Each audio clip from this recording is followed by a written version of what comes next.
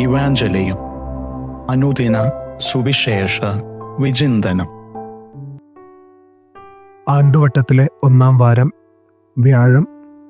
നമ്മൾ വായിച്ചു കേൾക്കുന്ന സുവിശേഷം വിശുദ്ധ മാർക്കോസ് എഴുതിയ സുവിശേഷം 1-ാം അധ്യായം 40 മുതൽ 45 വരെയുള്ള വാക്യങ്ങൾ. ഈശോ കുഷ്ഠരോഗിയായ ഒരാളെ കരുണാപൂർവം കരനീട്ടി സ്പർശിച്ച് സുഖപ്പെടുത്തുന്നു. ഗുരുവും ശിഷ്യഗണവും ഒരുമിച്ച് ഒരു പുഴ മുറിച്ചു കടക്കാനായിട്ട് ആരംഭിക്കുന്നു. അപ്പോഴാണ് ഗുരു ഒരു കാര്യം ശ്രദ്ധിക്കുന്നത്. പുഴയിൽ മരണവെപ്രാളത്തിൽ മുങ്ങിത്താണുകൊണ്ടിരിക്കുന്ന ഒരു തേൾ. ഗുരു വലിയ കരുണയോടുകൂടി, സ്നേഹത്തോടുകൂടി ആ തേളിനെ രക്ഷിക്കാനായിട്ട് പരിശ്രമിക്കുന്നു. തൻ്റെ സ്വന്തം കൈകളിൽ ആ തേളിനെ എടുക്കുന്നു.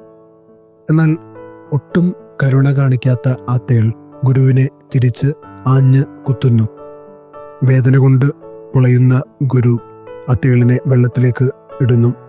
വീണ്ടും അതിനെ രക്ഷിക്കാൻ ശ്രമിക്കുന്നു. അങ്ങനെ 1-2 തവണ കഴിയുമ്പോഴും ഫലം മറ്റൊന്നായിരുന്നില്ല. ശിഷ്യരിൽ ഒരാൾ തെല്ലുനീരസത്തോടെ, ദേഷ്യത്തോടുകൂടി ഗുരുവിനെ തിരുത്താൻ ശ്രമിച്ചുകൊണ്ട് പറയുന്നു, കൊച്ചുകുട്ടി അല്ല എന്നറിയാം, തേൾ ഉപദ്രവിക്കുമെന്ന തിരിച്ചറിവുമുണ്ട്, പിന്നെ എന്തിനാണ് ഈ വിഫല ശ്രമം? ഗുരു പുഞ്ചിരിക്കാൻ ശ്രമിച്ചുകൊണ്ട് പറയുന്നു, മുറിവേൽപ്പിക്കുക, വേദനിപ്പിക്കുക എന്നുള്ളതാണ് തേളിൻ്റെ സ്ഥായിയായിട്ടുള്ള സ്വഭാവം. എന്നാൽ മറ്റുള്ളവരെ രക്ഷിക്കുക, സഹായിക്കുക എന്നുള്ളതാണ് എൻ്റെ സ്വഭാവം. തേളിൻ്റെ സ്വഭാവം കാണിക്കുമ്പോൾ ഞാൻ എങ്ങനെ എൻ്റെ സ്വഭാവം കാണിക്കാതിരിക്കും? ഇന്നത്തെ സുവിശേഷം വായിച്ചു കേൾക്കുമ്പോൾ ഈ കുഷ്ഠരോഗിയായിട്ടുള്ള വ്യക്തിയെ ഈശോയ്ക്ക് വേണമെങ്കിൽ സ്പർശിക്കാതെ തന്നെ സുഖപ്പെടുത്താമായിരുന്നു. ഈശോ ചില അവസരങ്ങളിൽ വാക്കുകൾ കൊണ്ട് സുഖപ്പെടുത്തുന്നത് നാം കാണുന്നുണ്ട്. പിന്നെ എന്തുകൊണ്ടായിരിക്കും ഈശോ ഈ കുഷ്ഠരോഗിയായിട്ടുള്ള വ്യക്തിയെ തൊടാനായിട്ട് മനസ്സു കാണിക്കുന്നത്? നമുക്കെല്ലാവർക്കും അറിയാവുന്നതുപോലെ അന്നത്തെ സാമൂഹിക പശ്ചാത്തലത്തിൽ കുഷ്ഠരോഗികൾ ഏറ്റവും വെറുക്കപ്പെട്ട രോഗികളിൽ ഒരു വിഭാഗമായിരുന്നു. എല്ലാവരാലും അവഗണിക്കപ്പെട്ട ഒരു വിഭാഗം.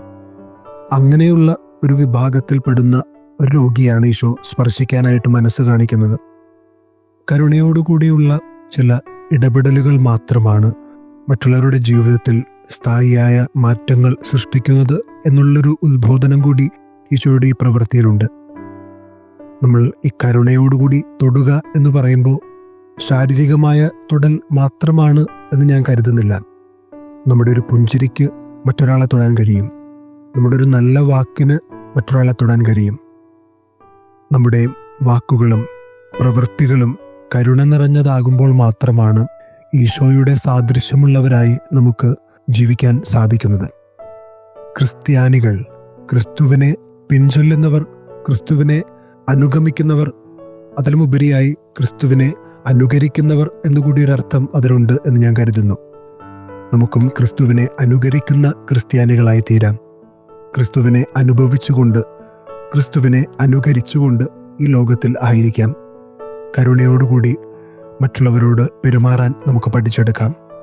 മറ്റൊരാൾക്ക് അർഹതയുള്ളതിനെ നൽകുന്നതിനെ അല്ല കരുണ എന്ന് പറയുന്നത്.